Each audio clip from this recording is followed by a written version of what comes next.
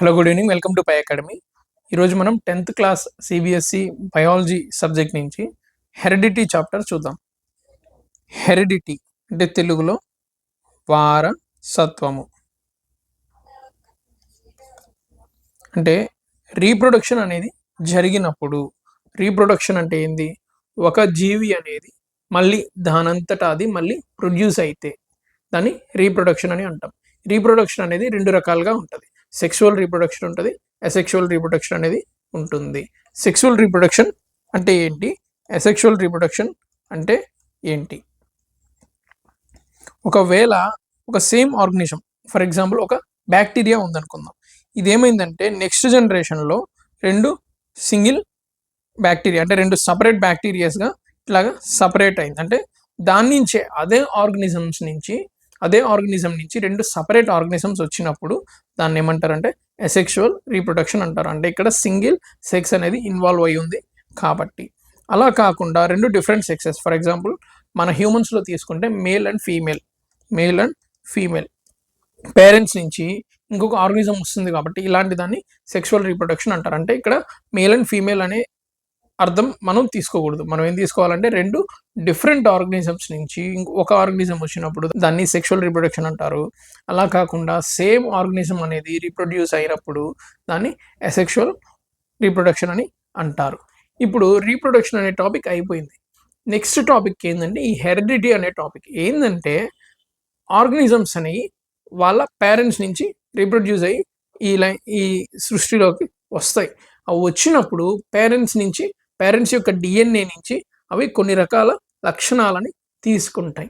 ఏ లక్షణాలను తీసుకుంటాయి, ఏ లక్షణాలని తీసుకో అనే విషయాన్ని మనము ఈ హెరిడిటీ టాపిక్లో చూస్తాం. అంటే మన హ్యూమన్స్ ఎవరైతే ఉన్నారో పేరెంట్స్ నుంచి, ఫాదర్ నుంచి కొన్ని పోలికలు వస్తాయి, మదర్ నుంచి కొన్ని పోలికలు వస్తాయి, గ్రాండ్ పేరెంట్స్ నుంచి కొన్ని పోలికలు వస్తాయి. ఈ సబ్జెక్ట్ అంతా ఏంటంటే హెరిడిటీ టాపిక్ అంతా ఏంటంటే ఈ లక్షణాలు అనేవి మనం చూస్తాము.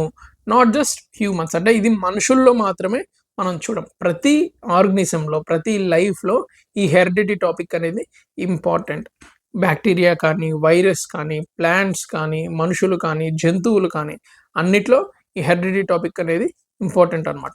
ఇక్కడ ఏమవుతుందంటే ఒక జనరేషన్ నుంచి నెక్స్ట్ జనరేషన్ ఆర్గనిజం పుట్టినప్పుడు, ఫర్ ఎగ్జాంపుల్ మనం ఇక్కడ ఒక అసెక్షువల్ రీప్రొడక్షన్లో ఒక ఎగ్జాంపుల్ తీసుకుందాం. ఇది ఒక ఆర్గనిజం అనుకుందాం, ఏదైనా బ్యాక్టీరియా అవ్వచ్చు, వైరస్ అవ్వచ్చు, ఏదైనా అసెక్షువల్ రీప్రొడక్షన్ అంటే సేమ్ ఆర్గనిజం నుంచి మల్టిపుల్ ఆర్గనిజమ్స్ అనేవి జనరేట్ అవుతాయి. ఈ నెక్స్ట్ జనరేషన్లో దీనికి కొన్ని క్యారెక్టరిస్టిక్స్ ఉంటాయన్నమాట. ఇక్కడ ఇది మధ్యలో సర్కిల్ చూపించారు కదా, ఇది సర్కిల్. నెక్స్ట్ 1 2 3 4 డిఫరెంట్ క్యారెక్టరిస్టిక్స్ ఒక ఎగ్జాంపుల్గా తీసుకుందాం. నెక్స్ట్ జనరేషన్లో ఏమైంది, ఆల్మోస్ట్ రెండు చూడడానికి సిమిలర్గా ఉన్నాయి. అంటే సిమిలారిటీస్ అనేవి ఎక్కువ ఉంటాయి, కానీ కొన్ని మైనర్ డిఫరెన్సెస్ అనేవి నెక్స్ట్ జనరేషన్లో ఉంటాయి. ఎందుకంటే ఒక ఆర్గనిజం రీప్రొడ్యూస్ అయినప్పుడు దాని డిఎన్ఏ అనేది రెండు సపరేట్ ఆర్గనిజమ్స్, దాని పిల్లలకి రెండిటికి డిఎన్ఏ అనేది కాపీ అవుతుంది. కానీ ఈ డిఎన్ఏ కాపీయింగ్లో కొన్ని ఇన్యాక్యురసీస్ అని జరిగే అవకాశం ఉంది. అంటే 100% యాక్యురేట్గా డిఎన్ఏ కాపీ అయితే సేమ్ అదే ఆర్గనిజం పుడుతుంది. కానీ నేచర్లో, ప్రకృతిలో ఏం జరుగుతుందంటే ఈ కాపీయింగ్ అనేది 100% యాక్యురేట్గా ఉండదు. 99.99% యాక్యురేట్గా ఉండి 0.01% ఇన్యాక్యురేట్గా ఉండే అవకాశం ఉంది. ఈ ఇన్యాక్యురసీ వల్ల ఏమవుతుందంటే నెక్స్ట్ జనరేషన్లో పుట్టే ఆర్గనిజంకి కొన్ని మైనర్ డిఫరెన్సెస్ అనేవి ఖచ్చితంగా ఉంటాయి. దీన్నే వేరియేషన్స్ అని అంటారు. ఈ మైనర్ డిఫరెన్సెస్ వల్ల ఏమవుతాయి, నెక్స్ట్ జనరేషన్లో పుట్టే ఆర్గనిజం ఆల్మోస్ట్ సిమిలర్గా ఉన్న కొంచెం కొన్ని లక్షణాలు వేరుంటాయి. ఫర్ ఎగ్జాంపుల్ దీంట్లో ఇక్కడ రెడ్ కలర్ ఉంది, ఇక్కడ కింద గ్రీన్ కలర్ ఉంది. అంటే ఈ విధంగా పేరెంట్ లాగే ఉండకుండా నెక్స్ట్ జనరేషన్లో వేరియేషన్ అని వచ్చింది. అదే నెక్స్ట్ జనరేషన్ తీసుకుంటే దీంట్లో ఇంకా వేరియేషన్స్ అనేవి పెరిగాయి. ఈ విధంగా జనరేషన్ చేంజ్ అయ్యే కొద్దీ వేరియేషన్స్ అనేవి పెరుగుతూ పోతాయి.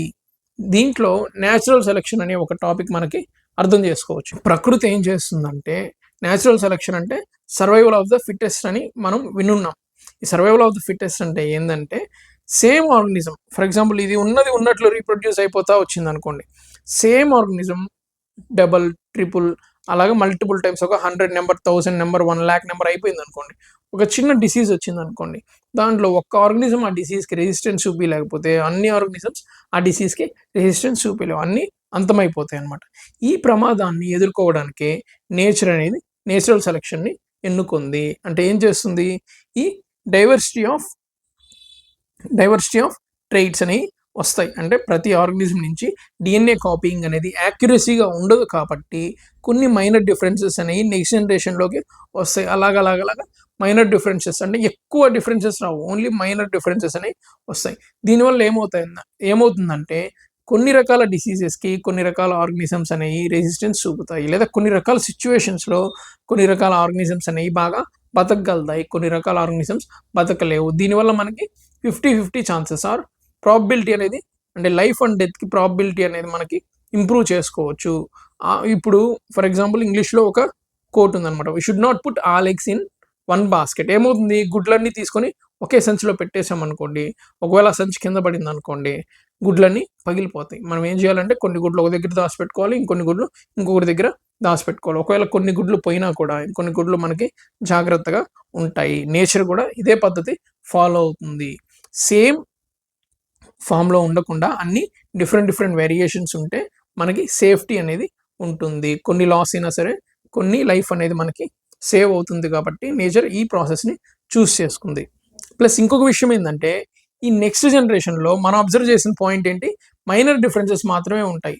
మేజర్ అంటే సడన్గా ఇప్పుడు ఫర్ ఎగ్జాంపుల్ ఇక్కడ ఒక షేప్లో ఉంది, ఇక్కడ ఓన్లీ చిన్న డిఫరెన్స్ మాత్రమే వచ్చింది. మేజర్ ఒక పెద్ద డిఫరెన్స్ అనేది రాదనమాట. ఎందుకంటే ఆల్రెడీ ఉన్న ఆర్గనిజం అనేది ఉన్న ఎన్విరాన్మెంట్లో సక్సెస్ సాధించింది, ఎంతో కొంత అది బతకగలిగింది. అలాంటప్పుడు ఆల్రెడీ ఇది సక్సెస్ స్ట్రాటజీ అయినప్పుడు నెక్స్ట్ జనరేషన్ 90% ఇది ఫాలో అవడమే సేఫ్ అనమాట. అలా కాకుండా మనం టోటల్గా డిఫరెంట్ ప్రాసెస్ని ఫాలో అయ్యామనుకోండి, నెక్స్ట్ జనరేషన్లో పేరెంట్ లాగా ఉండకుండా ఆల్మోస్ట్ 80% డిఫరెంట్ ఆర్గనిజం పుట్టింది అనుకుందాం.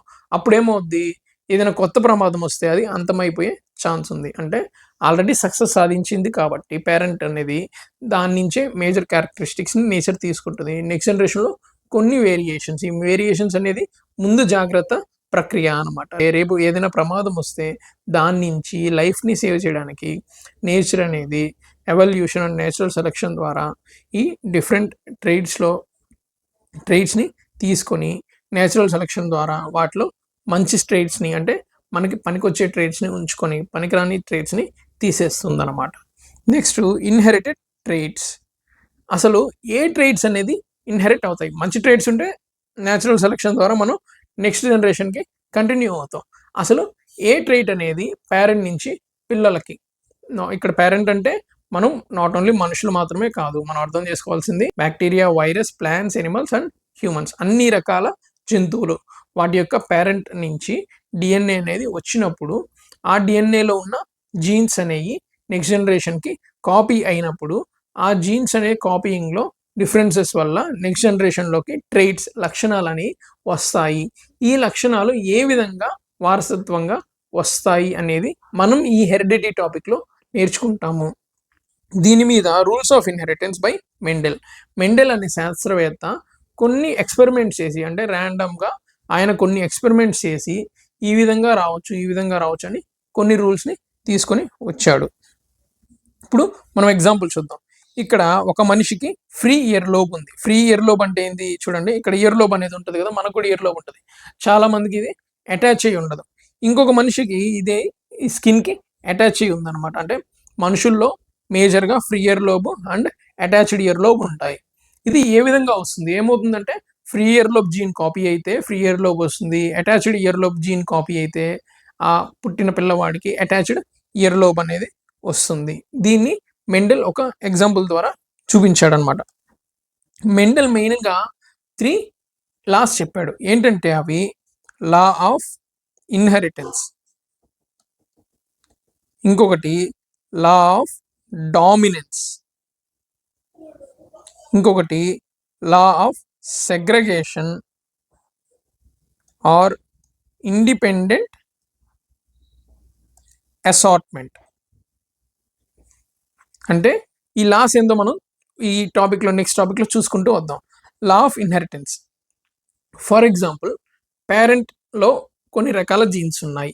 ఈ పేరెంట్స్ నుంచి పిల్లలకి ఏ ఏ జీన్స్ అనేవి కాపీ అవుతాయి, ఆ కాపీ అయితే ఏ రకమైన లక్షణాలని పిల్లల్లో కనిపిస్తాయి. దీనికి మెండెల్ ఒక క్రాస్ పాలినేషన్ ఎగ్జాంపుల్ తీసుకున్నాడు. ఒక పొడవు ప్లాంట్ తీసుకున్నాడు, ఒక పొట్టి ప్లాంట్ తీసుకున్నాడు. ఈ పొడవు ప్లాంట్లో 2 జీన్స్ ఉన్నాయి. ఏంటది? Tall, tall. ఈ షార్ట్ ప్లాంట్లో స్మాల్ టీ అంటే షార్ట్ అనమాట. 2 జీన్స్ ఉన్నాయి. అంటే 2 టాల్ జీన్సే ఉన్నాయి. దీంట్లో 2 స్మాల్ జీన్సే ఉన్నాయి, షార్ట్ జీన్సే ఉన్నాయి. ఈ రెండింటిని క్రాస్ పాలినేషన్ చేశాడు. ఏమవుతుంది? ఎప్పుడైనా సరే సెక్షువల్ రీప్రొడక్షన్‌లో ఏమవుతుందంటే 2 పేరెంట్స్ ఉన్నప్పుడు, మనుషుల్లో అయితే మేల్, ఫీమేల్. అలానే దీంట్లో కూడా ఇద్దరు పేరెంట్స్ ఉన్నారు కాబట్టి ఒక పేరెంట్ నుంచి ఈక్వల్ నెంబర్ ఆఫ్ జీన్స్ తీసుకుంటుంది. ఇంకొక పేరెంట్ నుంచి ఈక్వల్ నెంబర్ ఆఫ్ జీన్స్‌ని తీసుకుంటుంది. అందుకని దీంట్లో క్యాపిటల్ టీ 2 ఉన్నాయి కాబట్టి నెక్స్ట్ జనరేషన్‌లో ఏమవుతుంది? ఒక క్యాపిటల్ టీ వస్తుంది. దీని నుంచి నెక్స్ట్ జనరేషన్‌లో ఏమవుతుంది? ఒక స్మాల్ టీ అనేది వస్తుంది. ఇలాగా ఈక్వల్‌గా తీసుకోవడాన్ని ఏమంటారు? లా ఆఫ్ ఇన్హెరిటెన్స్ అని అంటారు. ఇప్పుడు మనం ఈ నెక్స్ట్ డయాగ్రామ్‌లో చూసినట్లయితే ఇక్కడ క్యాపిటల్ టీ ఉంది, స్మాల్ టీ ఉంది. అంటే టాల్ జీన్ ఉంది. నెక్స్ట్ ఆఫ్ స్ప్రింగ్‌లో షార్ట్ జీన్ కూడా ఉంది. కానీ ఈ ఆఫ్ స్ప్రింగ్స్ అన్నీ అంటే పుట్టిన పిల్లలు, ఆఫ్ స్ప్రింగ్ అంటే పిల్లలు. ఈ పుట్టిన పిల్లలన్నీ పొడుగ్గానే ఉన్నాయి. అంటే అర్థం ఏంటంటే టాల్ జీన్ అనేది డామినెంట్ జీన్. అంటే డామినెంట్ జీన్ అంటే అది బయటికి కనబడుతుంది. షార్ట్ జీన్ అనేది రెసెసివ్ జీన్. అది లోపలే ఉండిపోతుంది. అంటే బాడీలో ఉంటుంది కానీ బయటికి అది దాని యొక్క జీన్ అనేది ఎక్స్‌ప్రెస్ అవ్వదు. టాల్ జీన్, షార్ట్ జీన్ ఈ విధంగా 2 ఉంటాయి. ఇక్కడ 2 కొత్త టెర్మినాలజీ మనం తెలుసుకుంటాం. ఏందంటే అది ఫెనోటైప్, జీనోటైప్. ఇప్పుడు నేను ఈ ఆఫ్‌స్ప్రింగ్ యొక్క జీనోటైప్ ఏంది అన్నాననుకోండి. అంటే ఏ రకమైన జీన్స్ ఉన్నాయి దానికి? టాల్ జీన్ ఉంది, షార్ట్ జీన్ ఉంది. దీన్ని జీనోటైప్ అంటాము. ఫెనోటైప్ అంటే ఏ విధంగా అది కనబడుతుంది. జీనోటైప్ అంటే ఇంటర్నల్‌గా ఉండేది. ఫెనోటైప్ అంటే బయటికి కనిపించేది. ఏ విధంగా కనబడుతుంది? టాల్ జీన్స్ కనబడుతున్నాయి. Phenotype is tall, genotype is tall, short 2. ఇప్పుడు ఇక్కడ మనం ఒక ఇంట్రెస్టింగ్ పాయింట్ చూస్తాం. జనరల్‌గా అందరికీ ఉన్న ఒక మిస్‌అండర్‌స్టాండింగ్ ఏందంటే పేరెంట్స్ ఇద్దరు పొడువుగా ఉంటే పిల్లలు కూడా పొడువుగా పుడతారు. No, it is not true. ఇది ఈ ఎగ్జాంపుల్‌లో మనం చూస్తే ఇక్కడ 2 ప్లాంట్స్ అనేవి టాల్‌గా ఉన్నాయి. కానీ నెక్స్ట్ జనరేషన్‌లో 2 2 పేరెంట్స్ నుంచి ఈక్వల్‌గా జీన్స్ కాపీ అవుతాయి కాబట్టి ఇక్కడ క్యాపిటల్ టీ, మళ్ళీ దీని నుంచి ఒకటి small T, capital T, small T. మనకి క్యాపిటల్ టీ అనేది డామినెంట్ జీన్ అని మనకి తెలుసు. క్యాపిటల్ టీ డామినెంట్ జీన్ అని ఎందుకు అంటాము? Not because tall is dominant, short is less dominant కాదు. ఇక్కడ ఏందంటే ఆ సిచ్యువేషన్‌లో, ఆ ఎన్విరాన్మెంట్‌లో క్యాపిటల్ టీ అనేది డామినెంట్ కాబట్టి అది ఎక్స్‌ప్రెస్ అయింది. ఇప్పుడు ఈ 3 ప్లాంట్స్ అనేవి టాల్‌గా ఉన్నాయి. ఎందుకు? క్యాపిటల్ టీ ఉంది కాబట్టి. క్యాపిటల్ టీ అనేది డామినెంట్ జీన్ కాబట్టి అది డామినేట్ అవుతుంది. ఈ 3 ప్లాంట్స్ అనేవి టాల్‌గా ఉన్నాయి. ఈ ప్లాంట్ ఏదైతే ఉందో దీంట్లో అసలు క్యాపిటల్ టీనే లేదు. 2 పేరెంట్స్ నుంచి అది స్మాల్ టీని తీసుకుంది. ఇది ర్యాండమ్ ఆకరెన్స్. ఏ విధంగా జరుగుతుందో మనం చెప్పలేం. నేచర్ అనేది ర్యాండమ్ కాబట్టి ర్యాండమ్‌గా నెక్స్ట్ ఆఫ్‌స్ప్రింగ్‌లో ఏదైనా రావచ్చు. స్మాల్ టీ వస్తుంది. ఇప్పుడు ఈ స్మాల్ టీ 2 స్మాల్ టీ ఉంది కాబట్టి ఇది షార్ట్ అయిందనమాట. అంటే ఇక్కడ 2 పేరెంట్స్ పొడవున్నా కూడా ఆఫ్‌స్ప్రింగ్ అనేది పొట్టిగా ఉండడానికి ఆస్కారం ఉంది. అంటే ప్రాబబిలిటీ తక్కువైనా సరే ఇక్కడ చూడండి 3:1 ప్రాబబిలిటీతో నెక్స్ట్ జనరేషన్ ఫార్మ్ అయింది. అంటే 3 టాల్ ప్లాంట్స్ ఫార్మ్ అయ్యాయి. నెక్స్ట్ జనరేషన్‌లో ఒక షార్ట్ ప్లాంట్ ఫార్మ్ అయింది. జనరల్‌గా ఇక్కడేమో టాల్, షార్ట్ ఉంది. కానీ నెక్స్ట్ జనరేషన్‌లో ఏమో అన్ని టాలే ఉన్నాయి. అన్ని టాల్ ఉన్నాయి కదా! నెక్స్ట్ జనరేషన్‌లో అన్ని టాల్ ఉంటాయి అనుకోవడానికి లేదు. ఎందుకంటే ఇవన్నీ క్యాపిటల్ టీ ప్లాంట్స్ కాదు. ఇవేంది? క్యాపిటల్ టీ ఉంది, స్మాల్ టీ ఉంది. క్యాపిటల్ టీ అనేది మనకు కనబడుతుంది. స్మాల్ టీ అనేది బ్యాక్‌గ్రౌండ్‌లో జీన్ లోపల ఉంది. నెక్స్ట్ జీన్ కాపీ అయ్యి నెక్స్ట్ జనరేషన్ పుట్టేటప్పుడు స్మాల్ టీ కాపీ అయితే నెక్స్ట్ జనరేషన్‌లో పుట్టే ఆఫ్‌స్ప్రింగ్ అనేది పొట్టిగా ఉంటుంది. ఇంకొకటి ఇప్పుడు లా ఆఫ్ డామినెన్స్ కూడా మనకు అర్థమైంది. క్యాపిటల్ టీ కనబడుతుంది, స్మాల్ టీ కనబడదు. ఈ లా ఆఫ్ ఇన్హెరిటెన్స్‌లో ఇంకొక టాపిక్ ఏందంటే నెక్స్ట్ జనరేషన్ ఇప్పుడు ఒకటి పొడుగ్గా ఉంది, ఒకటి పొట్టిగా ఉంది.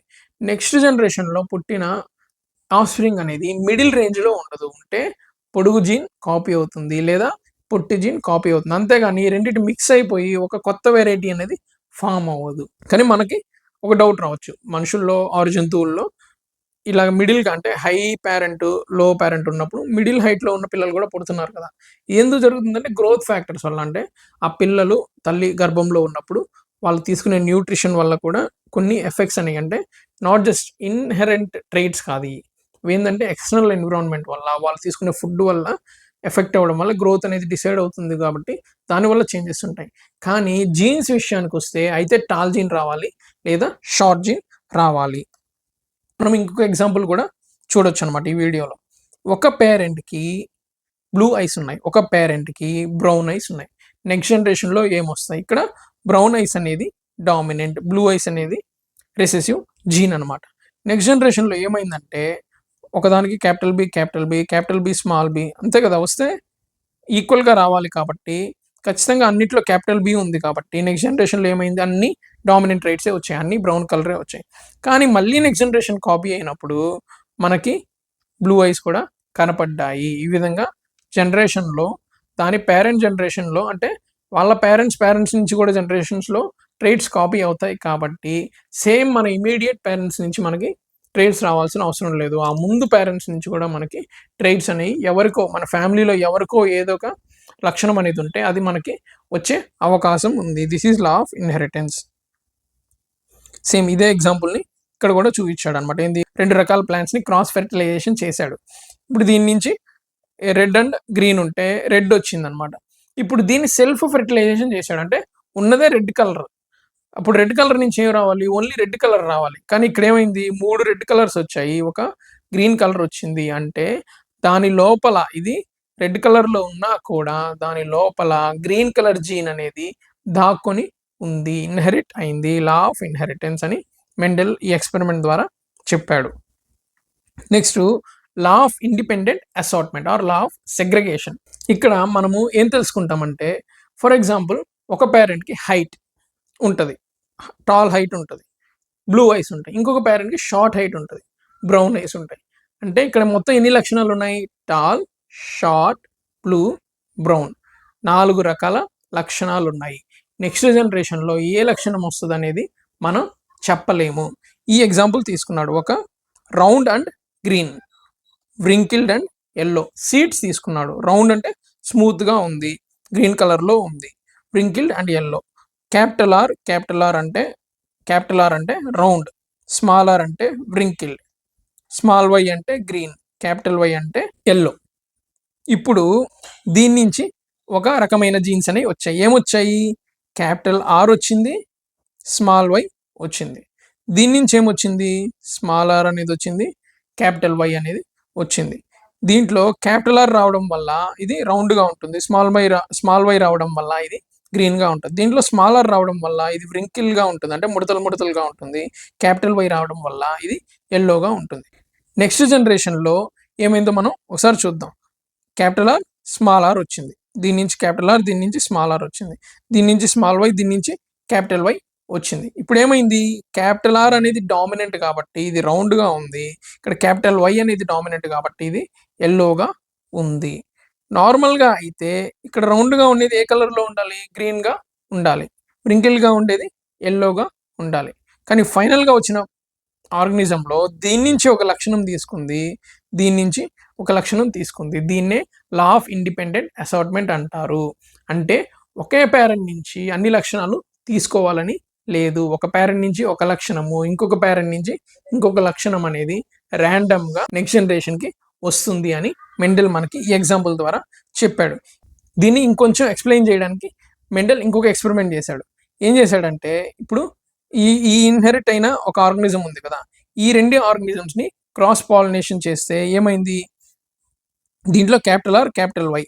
దీంట్లో క్యాపిటల్ ఆర్, క్యాపిటల్ వై. ఈ విధంగా డిఫరెంట్ ఆర్గానిజమ్స్ వచ్చాయనుకుందాం. ఇక్కడ ఆర్గానిజమ్స్ కాదు, డిఫరెంట్ జీన్స్ కాపీ అయ్యాయి అనుకుందాం. వేరు రకాల జీన్స్ కాపీ అవుతాయి. మళ్ళీ నెక్స్ట్ జనరేషన్‌లో ఏమవుతుంది? దీని నుంచి క్యాపిటల్ ఆర్, దీని నుంచి క్యాపిటల్ వై రావడం వల్ల 2 ఆర్‌లు కాబట్టి రౌండ్‌గా, 2 వైలు కాబట్టి యెల్లోగా ఉంటుంది. దీని నుంచి ఆర్ అంటే ఒక్క క్యాపిటల్ లెటర్ ఉన్నా కూడా అది డామినెంట్. అంటే క్యాపిటల్ అంటే ఇక్కడ జస్ట్ డామినెంట్. ఒక్క డామినెంట్ ట్రైట్ ఉన్నా కూడా అది కనబడుతుంది. దీంట్లో డామినెంట్ ట్రైట్ ఇది గ్రీన్గా ఉంది, ఇది ఎల్లోగా ఉంది, కానీ dominant trait round, dominant colour yellow కాబట్టి ఇది ఎల్లోగా ఉంది. ఇట్లా ఫైనల్గా టెస్ట్ చేసిన తర్వాత మెండల్కి ఏం తెలిసిందంటే ఈ కలర్ RRYY అంటే రౌండ్ అండ్ ఎల్లో, రౌండ్గా ఎల్లోగా ఉన్నవి ఎన్ని వచ్చాయి? 1 2 3 4 5 6 7 8 9 వచ్చాయి. రౌండ్ అండ్ గ్రీన్గా ఉన్నాయి ఎన్ని వచ్చాయి? 1 2, రౌండ్ అండ్ గ్రీన్ 1 2 3 వచ్చాయి. రౌండ్ అండ్ వ్రింకిల్డ్గా ఉన్నాయి ఎన్ని వచ్చాయి? 3 వచ్చాయి. వ్రింకిల్డ్ అండ్ గ్రీన్గా ఉన్నాయి ఎన్ని వచ్చాయి? 1 వచ్చింది. అంటే నెక్స్ట్ జనరేషన్లో ఫార్మ్ అయిన ఆర్గానిజమ్స్లో డామినెంట్ క్యారెక్టరిస్టిక్స్ ఏవైతే ఉన్నాయో అవి ఎక్కువగా 9 ఆర్గానిజమ్స్లో కనపడ్డాయి. ఇంకొన్ని డామినెంట్ అండ్ రెసెసివ్ కలిపి కొన్ని 6 ఆర్గానిజమ్స్లో కనపడ్డాయి. టోటల్గా రెసెసివ్ ట్రైట్స్ అనేవి 1 ఆర్గానిజంలో కనపడింది. ఈ విధంగా ఇండిపెండెంట్గా ఏ లక్షణమైన పేరెంట్ నుంచి పిల్లలకి రావచ్చు, కానీ డామినెంట్ ట్రైట్స్ అనేవి ఎక్కువగా కనబడతాయి, రెసెసివ్ ట్రైట్స్ అనేవి తక్కువగా కనబడతాయి. కానీ పూర్తిగా రెసెసివ్ ట్రైట్స్ అనేవి అంతమవుతాయని లేదు. అంటే రెసెసివ్ ట్రైట్స్ అంటే ఇక్కడ నెగిటివ్ అని కాదు, మనం అర్థం చేసుకోవాల్సింది. రెసెసివ్ ట్రైట్స్ అంటే అర్థం ఏంటి? Not negative. Short is not negative, wrinkled is not negative. Recessive trait అంటే అర్థం ఏంటంటే లోపల దాక్కుని ఉంది. డామినెంట్ ట్రైట్ అంటే అర్థమైంది బయటకి కనపడుతుంది. ఈ రెసెసివ్ ట్రైట్ లోపల దాక్కుని ఉంది, కానీ రేపు అవసరం రావచ్చు. ఈ రెసెసివ్ ట్రైట్తో రేపు వేరే సిచ్యువేషన్లో మనకి అవసరం రావచ్చు. ఎన్విరాన్మెంట్ అనేది సేమ్ ఉండదు, చేంజ్ అవుతుంది. కాబట్టి ఓన్లీ ఒక రకమైన ట్రేట్సే కాపీ అవుతాయని లేదు. ఇంకొన్ని రకమైన ట్రేట్స్ని నేచర్ అనేది తనతో దాచిపెట్టుకొని అవసరమైనప్పుడు దాన్ని బయటికి తీస్తుంది. ఇక్కడ అవసరమైనప్పుడు బయటికి తీస్తుందంటే నేచర్కి తెలియదు బయట ప్రకృతి ఎన్విరాన్మెంట్ అనేది ఎలా ఉంటుంది అనేది న్యాచురల్ సెలక్షన్కి తెలియదు, ర్యాండమ్గా ఇచ్చేస్తుంది. దాంట్లో ఎన్విరాన్మెంట్లో చేంజెస్ అయితే కొన్ని రకాల ట్రేట్స్ బతుకుతాయి, కొన్ని రకాల ట్రేట్స్ బతకవు. కానీ నేచర్ అనేది ఎప్పుడు ఈ variation procedure or diversity procedure అనేది ఫాలో అవుతూనే ఉంటుంది. ఎప్పుడు ఒకే దాని మీద నేచర్ అనేది ఇన్వెస్ట్ చేయదు. ఎందుకంటే ఒకే దాని మీద ఇన్వెస్ట్ చేస్తే ఖచ్చితంగా ఏదైనా ప్రమాదం జరిగినప్పుడు లైఫ్ అనేది అంతమైపోయే ఛాన్స్ ఉంది. అంటే ఈ ప్రోగ్రామింగ్ అనేది ఆల్రెడీ జరిగిపోయింది అనమాట. అంటే నేచర్ స్టార్టింగ్లో ఫర్ ఎగ్జాంపుల్ మనం గాడ్ మనుషుల్ని ఆరు జంతువుల్ని జీవుల్ని తయారు చేశాడు అనుకుంటే ఆయన ఈ జంతువులన్నిటిని పుట్టించినప్పుడే ఈ ప్రోగ్రామింగ్ చేసాడు. ఈ కోడింగ్ ప్రకారం అనేది లైఫ్ ఫాలో అవుతూ ఉంటుంది. ఇంకా దీన్ని ఎవరు ఆపలేరు అనమాట. దాన్ని అది ఆ ప్రాసెస్ని ఎవరు ఈ విధంగా చెప్తే లేదా ఈ సిచ్యువేషన్లో ఇలా అవ్వాలని కాదు. ఆ కోడింగ్ అనేది మన డిఎన్ఏలో ఇంటర్నల్గా ఏ విధంగా ఏ ట్రైట్స్ అనేవి కాపీ అవ్వాలనేది డిసైడ్ అయిపోయి ఉంటుంది. నెక్స్ట్ టాపిక్లో మనము జీన్ ఎక్స్ప్రెషన్ అంటే కొన్ని రకమైన జీన్స్ అని ఎక్స్ప్రెస్ అవుతాయి. నెక్స్ట్ జెండర్ డిటర్మినేషన్ అంటే పేరెంట్స్ నుంచి పిల్లలకి ఏ జెండర్ అనేది వస్తుంది అనేది మనం నెక్స్ట్ టాపిక్లో చూద్దాం. పిల్లలు పుట్టినప్పుడు ఆర్ పుట్టక ముందు వాళ్ళ జెండర్ ఏ విధంగా డిసైడ్ అవుతుంది అనే కాన్సెప్ట్ని మనం ఈ వీడియోలో సింపుల్గా చూద్దాం. మనిషి మేల్ ఆర్ ఫీమేల్ అని డిసైడ్ చేసేది వాళ్ళలో ఉండే క్రోమోజోమ్స్ అన్నమాట. జనరల్గా XX క్రోమోజోమ్ ఉంటే ఫీమేల్, XY క్రోమోజోమ్ ఉంటే మేల్ అని అంటారు. ఈ క్రోమోజోమ్స్ అంటే ఏంటి? క్రోమోజోమ్స్ ఇక్కడ మనకి ఈ డయాగ్రామ్లో క్రోమోజోమ్స్ కనిపిస్తున్నాయి. అసలు క్రోమోజోమ్స్ అంటే ఏంటి? ప్రతి మనిషిలో డిఎన్ఏ ఉంటుంది. ఏముంటుంది? ప్రతి మనిషిలో డిఎన్ఏ. దీనికి డబుల్ హెలిక్స్ షేప్ ఉంటుందన్నమాట. అంటే ఇట్లాగా 2 తాళ్ళు 2 పాములు మెలవేసుకున్నట్లుగా ఉంటుంది. దీన్ని డిఎన్ఏ అంటారు. ఈ డిఎన్ఏ లోపల మనిషి ఏ విధంగా ఉండాలి అనే జెనెటిక్ ఇన్ఫర్మేషన్ అనేది ఉంటుంది. మనిషి యొక్క హైట్, మనిషి యొక్క కలర్, మనిషి యొక్క బిహేవియర్, ఇవన్నీ ప్రతి ఇన్ఫర్మేషన్ పూర్తిగా మన డిఎన్ఏలో స్టోర్ అయి ఉంటుంది. DNA is made up of genes. డిఎన్ఏలో ఏముంటాయి? జీన్స్ ఉంటాయి. అంటే total 1 long thread is DNA అయితే దాన్ని కట్ చేస్తే అంటే దాంట్లో సపరేట్ లింక్స్ ఉంటాయి అన్నమాట. వాటిని జీన్స్ అంటారు. ఒక్కొక్క జీన్లో ఒక్కొక్క విషయం దాగి ఉంటుంది. ఒక జీన్ ఉంటే హైట్ ఉంటారు, ఒక జీన్ ఉంటే హైట్ తక్కువ ఉంటారు, ఒక జీన్ ఉంటే బ్రౌన్ కలర్ ఉంటారు, ఒక జీన్ ఉంటే వైట్ కలర్ ఉంటారు, ఒక జీన్ ఉంటే బ్రౌన్ కలర్ ఐస్ ఉంటాయి, ఒక జీన్ ఉంటే బ్లూ కలర్ ఐస్ ఉంటాయి. అంటే ఈ జీన్ అనేది మన యొక్క టోటల్ అంటే ఇప్పుడు డిఎన్ఏ అంటే టోటల్ ఇన్ఫర్మేషన్ కదా, అలాగే డిఎన్ఏలో డిఫరెంట్ ఇన్ఫర్మేషన్స్ అంటే ఏ విధంగా ఉండాలని డిసైడ్ చేసేది జీన్స్ అనమాట. అంటే జీన్స్ అనేవి పార్ట్స్ ఆఫ్ డిఎన్ఏ. ఇప్పుడు DNA is a long thread. ఇది హ్యూమన్ బాడీలో ఏ విధంగా ఉంటుందంటే it is in the form of chromosome. ఏంది క్రోమోజోమ్ అంటే ఒక పెద్ద దారం ఉందనుకోండి, దాన్ని మనం పట్టుకోలేము. మనం ఏం చేస్తాం, దాన్ని ఉండలాగా కడతామన్నమాట. డిఎన్ఏ కూడా ఒక ఉండలాగా చుట్టుకుపోయి ఒక క్రోమోజోమ్ లాగా మారుతుంది. ఇలాగా హ్యూమన్ బాడీలో బోత్ మేల్ అండ్ ఫీమేల్లో 46 క్రోమోజోమ్స్ ఉంటాయి. ఎన్ని ఉంటాయి? 46 క్రోమోజోమ్స్ ఉంటాయి. ఈ క్రోమోజోమ్స్ ఎక్కడ ఉంటాయి? ప్రతి ఒక్కరికి బాడీలో కణాలు ఉంటాయి. కణాలు ఈజ్ నథింగ్ బట్ సెల్స్ అనమాట. మనలో స్కిన్ సెల్స్ ఉంటాయి, హెయిర్ సెల్స్ ఉంటాయి, బ్రెయిన్ సెల్స్ ఉంటాయి. అలాగా డిఫరెంట్ సెల్స్ అనేవి ఉంటాయి. ప్రతి సెల్ లోపల 46 క్రోమోజోమ్స్ ఉంటాయి. ఇవి 23 పేర్స్గా ఉంటాయి అన్నమాట. ఎన్ని పేర్స్గా ఉంటాయి? 23 పేర్స్గా ఉంటాయి. ఈ డయాగ్రామ్లో మనకి క్రోమోజోమ్స్ ఎలా ఉంటాయి చూడడానికి తెలుస్తుంది. ఇక్కడ చూడండి 1 2 3 4 5 కంటిన్యూ చేస్తా పోతే 22 క్రోమోజోమ్స్ ఉన్నాయి and 1 more set of chromosomes ఉన్నాయి. టోటల్ 23 పేర్స్ ఆఫ్ క్రోమోజోమ్స్ ఉంటాయి. అంటే జనరల్గా క్రోమోజోమ్స్ అనేవి ఎక్స్ షేప్లో ఉన్నాయి అనుకుంటారు, కానీ chromosomes are not in the shape of X. ఇది ఒక క్రోమోజోము, ఇది ఒక క్రోమోజోమ్ అనమాట. ఇవి రెండు వేరు క్రోమోజోమ్స్. వీటిలో ఫస్ట్ 22 క్రోమోజోమ్స్ని ఆటోసోమ్స్ అంటారు. ఇవి బోత్ మేల్ అండ్ ఫీమేల్లో సేమ్ ఉంటాయి. ఫస్ట్ 22 క్రోమోజోమ్స్ సిమిలర్గా ఉంటాయి బోత్ మేల్ అండ్ ఫీమేల్లో. Only the last 23rd pair ఏదైతే ఉందో దాంట్లో ఉన్న డిఫరెన్స్ వల్లే మనిషి యొక్క సెక్స్ అనేది డిసైడ్ అవుతుంది. ఇక్కడ చూడండి, ఇక్కడ 23rd పేర్ ఏదైతే ఉందో వీటిని ఏమన్నారు? సెక్స్ క్రోమోజోమ్స్ అన్నారు. ఇక్కడ ఇది ఎక్స్ క్రోమోజోమ్ అన్నారు, దీన్ని వై క్రోమోజోమ్ అన్నారు.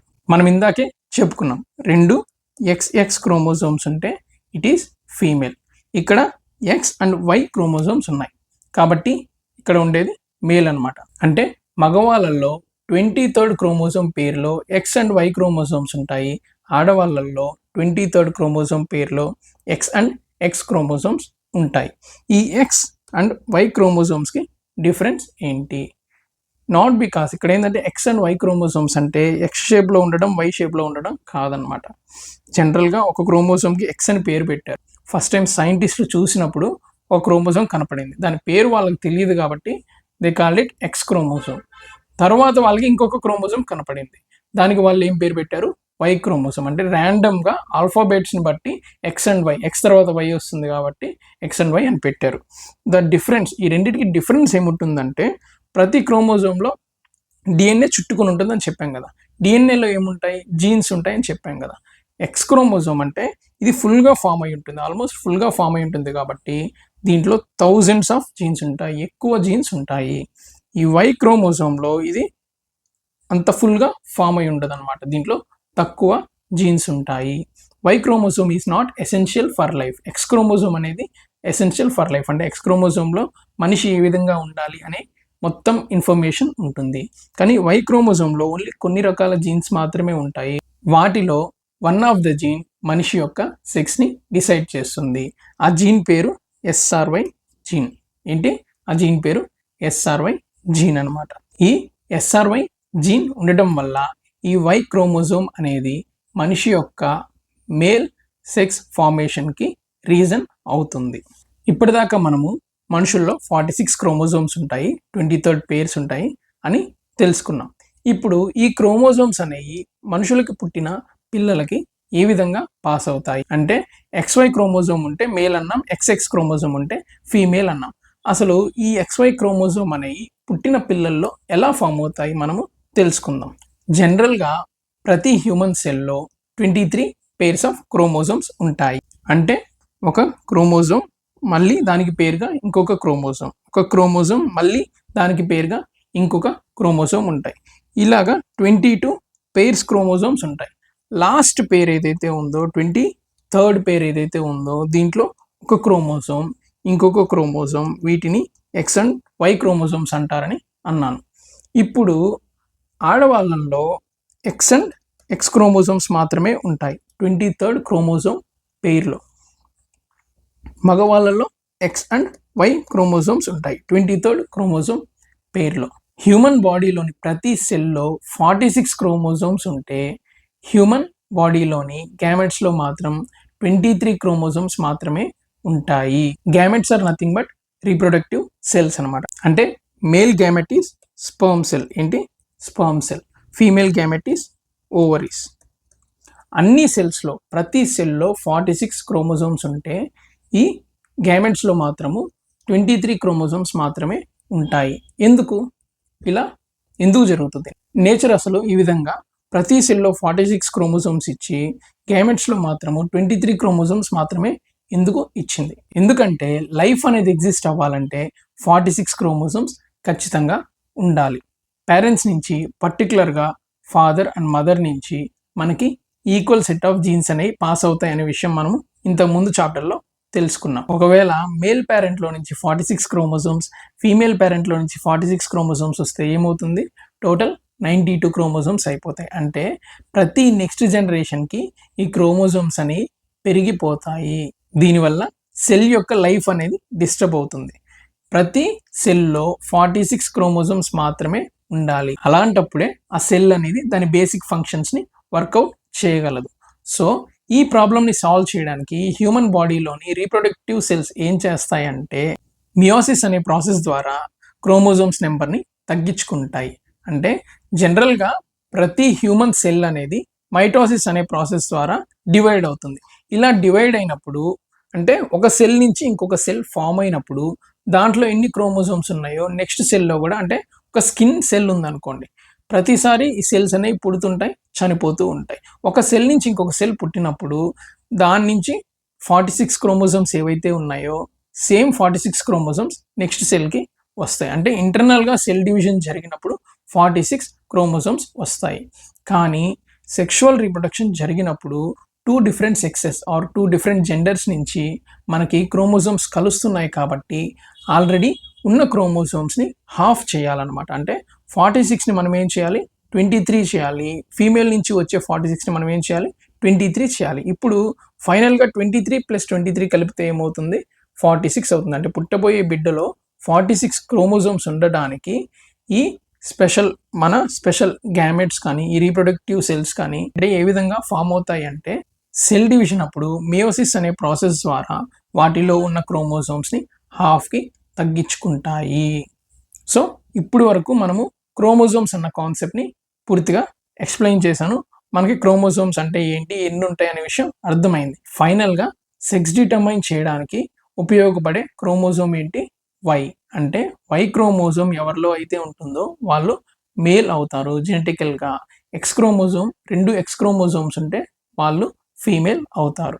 సో పుట్టబోయే బిడ్డ యొక్క సెక్స్ ఆర్ జెండర్ని డిసైడ్ చేసేది మగవారిలో ఉన్న గ్యామెట్స్ అన్నమాట. అంటే మగవారిలో ఎక్స్ అండ్ వై క్రోమోజోమ్స్ ఉన్నాయి కాబట్టి మగవారి నుంచి వై క్రోమోజోమ్ అనేది పుట్టబోయే బిడ్డలోకి పాస్ అయింది అంటే ఆ బిడ్డ మగ బిడ్డగా మారుతుంది. ఒకవేళ వారిలో నుంచి ఎక్స్ క్రోమోజోమ్ అనేది పాస్ అయింది అంటే పుట్టిన బిడ్డ ఆడబిడ్డగా ఫామ్ అవుతుంది. అంటే మగవారిలో చాలా స్పర్మ్ సెల్స్ ఉంటాయి అన్నమాట. వీటిలో ఆల్మోస్ట్ 50% సెల్స్లో ఎక్స్ క్రోమోజోమ్స్ ఉంటాయి, 50% సెల్స్లో వై క్రోమోజోమ్స్ ఉంటాయి.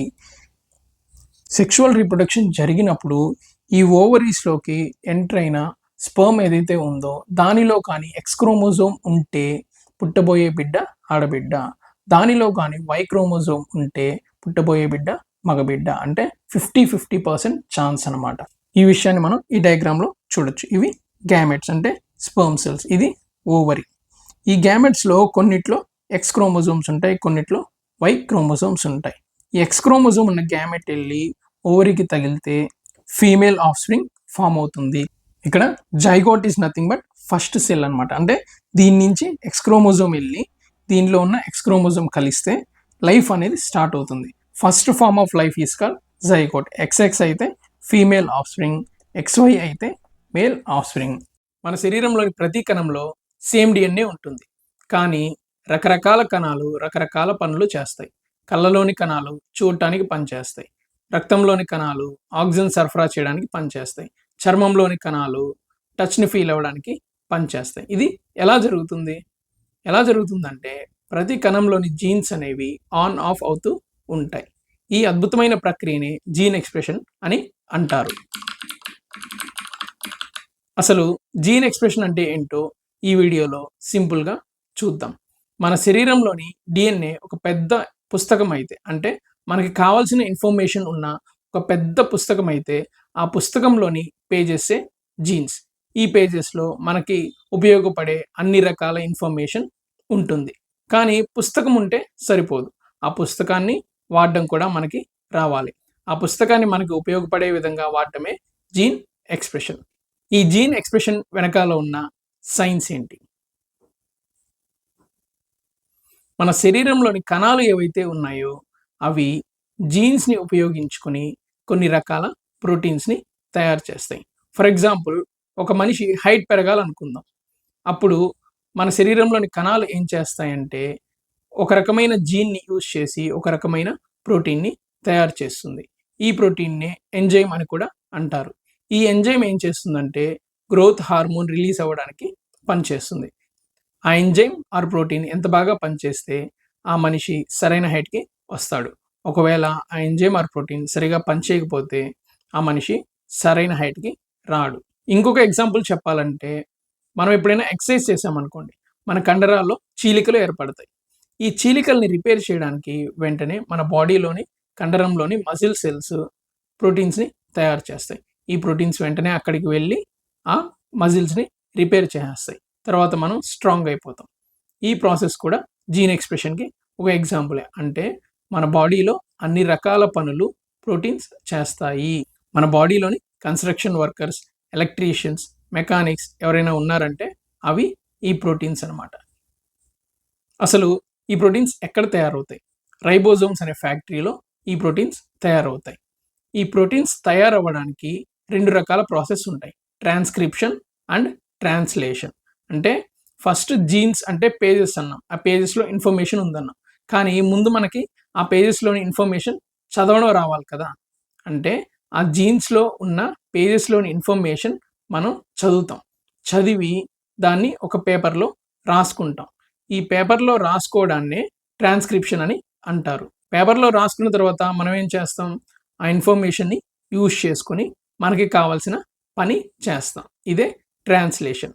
ట్రాన్స్లేషన్ అండ్ ట్రాన్స్క్రిప్షన్ ఇంకా క్లియర్గా అర్థం అవ్వాలంటే ఈ వీడియో చూడండి. ఈ వీడియోలో ఈ టూల్ ఉంది కదా, ఈ టూల్ ఏం చేస్తుంది? ఏ రకమైన షేప్ కావాలంటే ఆ రకమైన షేప్ని కాపీ చేస్తుంది. మనం ఆ షేప్ని యూజ్ చేసి మనకి కావాల్సిన వస్తువుని మనకు కావాల్సిన షేప్లో తయారు చేసుకుంటాం. ఈ షేప్ కాపీయింగ్ టూల్ మన జీన్స్లో ఏంటంటే ఎంఆర్ఎన్ఏ. అంటే ఎంఆర్ఎన్ఏ ఏం చేస్తుంది? జీన్లో ఏ ఇన్ఫర్మేషన్ అయితే ఉందో దాన్ని కాపీ చేసి ఆ కాపీ చేసిన ఇన్ఫర్మేషన్ని రైబోజోమ్లోకి తీసుకొని వెళ్ళి రైబోజోమ్కి ఎలాంటి ప్రోటీన్ తయారు చేయాలో చెప్పి అలాంటి ప్రోటీన్ తయారు చేసి దాన్ని సరైన చోటుకి పంపించే విధంగా మనకి ఉపయోగపడుతుంది. This is nothing but transcription and translation. So ఈ విధంగా శరీరంలోని జీన్ ఎక్స్ప్రెషన్ ఉపయోగించుకొని రకరకాల కణాలు రకరకాల పనులు చేస్తాయి.